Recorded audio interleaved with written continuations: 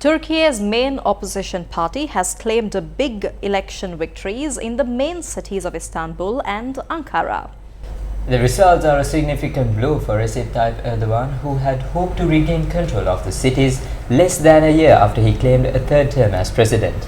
And then he led the campaign to win Istanbul, where he grew up and became mayor.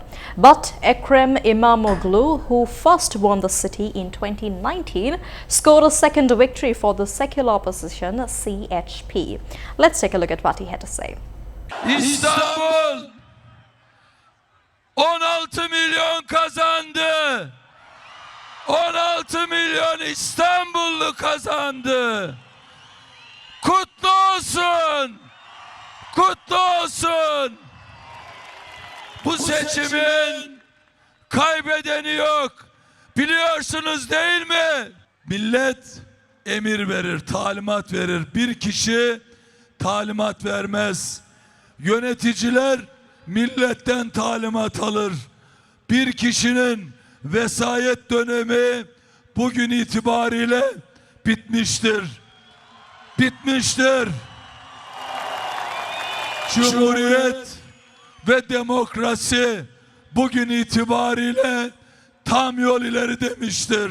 Erdogan had vowed a new era in Turkey's mega city of almost 16 million people, but the incumbent mayor of Istanbul secured more than 50% of the vote, defeating the president's AK party candidate by more than 11 points and almost 1 million votes. Marib, this was also the first time since Erdogan came into power 21 years ago that his party was defeated across the country at a ballot box. Now, Mariam, in more news on world elections, tens of thousands of Israelis have thronged central Jerusalem in the largest anti-government protest since the country went to war in October. And protesters urged the government to reach a ceasefire deal to free dozens of hostages held in Gaza by Hamas militants and to hold early elections. Israeli society was broadly united immediately after the 7th of October, when Hamas killed around 1,200 people during a cross-border attack and took 250 other hostages. Foreign media also reports that nearly 6 months of conflict have renewed divisions over the leadership of Prime Minister Benjamin Netanyahu, though the country remains largely in favor of the war.